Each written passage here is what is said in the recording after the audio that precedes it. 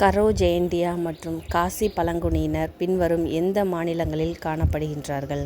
விடை: நாகாலாந்து. பின்வருவனவற்றில் எது astro Asiatic மொழி? விடை: காசி. உலகின் பழமையான பழங்குடியினர்கள் அதிகமாக கொண்ட கண்டம் எது? விடை: ஆப்பிரிக்கா. செஞ்சு பழங்குடியினர் வசிக்கும் மாநிலம் எது? விடை: ஆந்திரா. பின்வரும் எந்த மாநிலங்களில் தோடா பழங்குடியினர்கள் வாழ்கிறார்கள்?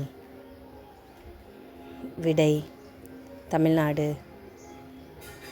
2014ஆம் ஆண்டின் செம்மொழியாக எந்த மொழி மிக சமீபத்தில் அறிவிக்கப்பட்டது? விடை: ஒரியா. எந்த மாநில யூனியன் பிரதேசத்தில் பழங்குடி சமூகம் இல்லை? விடை: ஹரியானா. தௌலதர் மலைத்தொடரின் முக்கிய பழங்குடி எது? விடை: காடி. அபதானி என்ற முக்கிய பழங்குடியினரை நீங்கள் எங்கே காணலாம்? விடை: அருணாச்சல பிரதேசம்.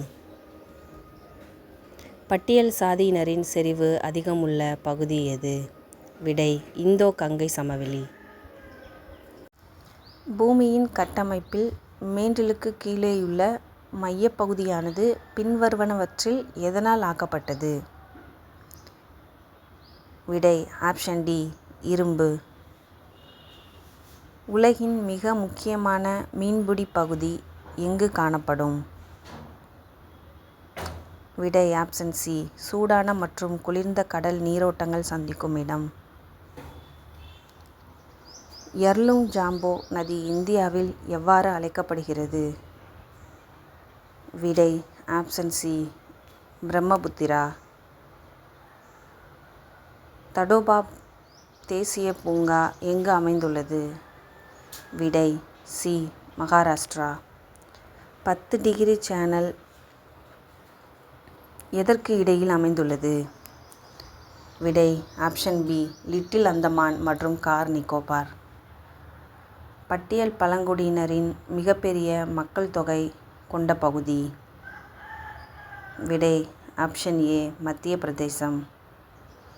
புவியியல் வரலாற்றின் படி இந்தியாவின் மிக பழமையான மலைகள்?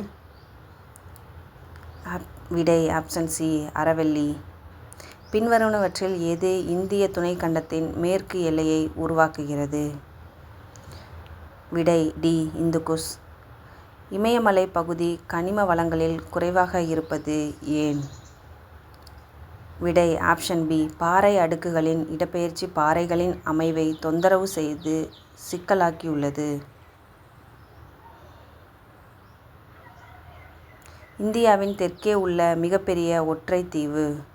விடை: ஆப்ஷன் டி: பெரிய நிக்கோபார் தீவு.